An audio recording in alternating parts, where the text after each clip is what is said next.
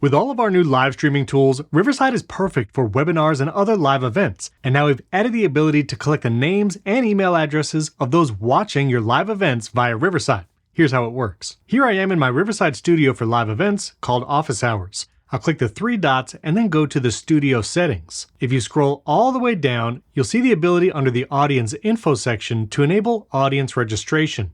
Toggle this on, and now audience members will see a field for their name and email before entering. I'll go back, I'll go to plan recording here, and then invite to record. Instead of a guest link, I'll use Riverside's audience link. Now when someone clicks on that audience link, they'll see this page. The name of the studio appears at the top, and they will enter their name and email address before they can join. Once they've typed their information, they can join the session, and they'll be in this waiting room. They can start participating in the live chat, and they'll see the live stream appear here. When we're ready to broadcast our live event, here I am in the Riverside studio as a host. This is a great time to add any media board files like countdowns and other video or audio clips that you'd like to play during the recording. For instance, I'll play this 2-minute countdown when I start live streaming. This way the audience will know exactly when the webinar starts. I can add screen shares, scripts, and you can use our new text tool to show lower thirds on screen. Under the live stream tools at the top, make sure you have audience mode enabled. Again, you can access the audience link there as well, and let's go live.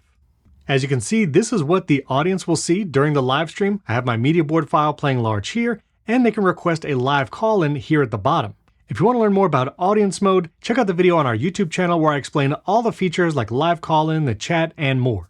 Let's stop this live broadcast, and now we can access all the names and email addresses of those who watch the broadcast. Now that all my files have been uploaded, I'm going to leave this and go back to the recordings page for the studio. Back in the studio, let's jump into that last recording, scroll to the bottom, and now you'll see audience registration is here under the individual video and audio tracks. When I click download, that's going to save a file to my computer, and I can open that CSV file in Google Sheets, Excel, or Numbers. And here you'll have a collection of all the names and email addresses of those who watch the broadcast. And that's how to use our new audience registration tool. Again, if you want to learn more about Riverside Audience Mode and all of our live streaming tool capabilities, I'll link one of those videos up here, and you can find that on our YouTube channel. And if you want to learn about all the tools Riverside has to offer to create engaging live streams and webinars, check out this video right up here. If you have any questions, you can ask our team or leave a comment on our YouTube channel. Don't forget to subscribe to that channel before you go. Thanks for watching. We'll catch you next time.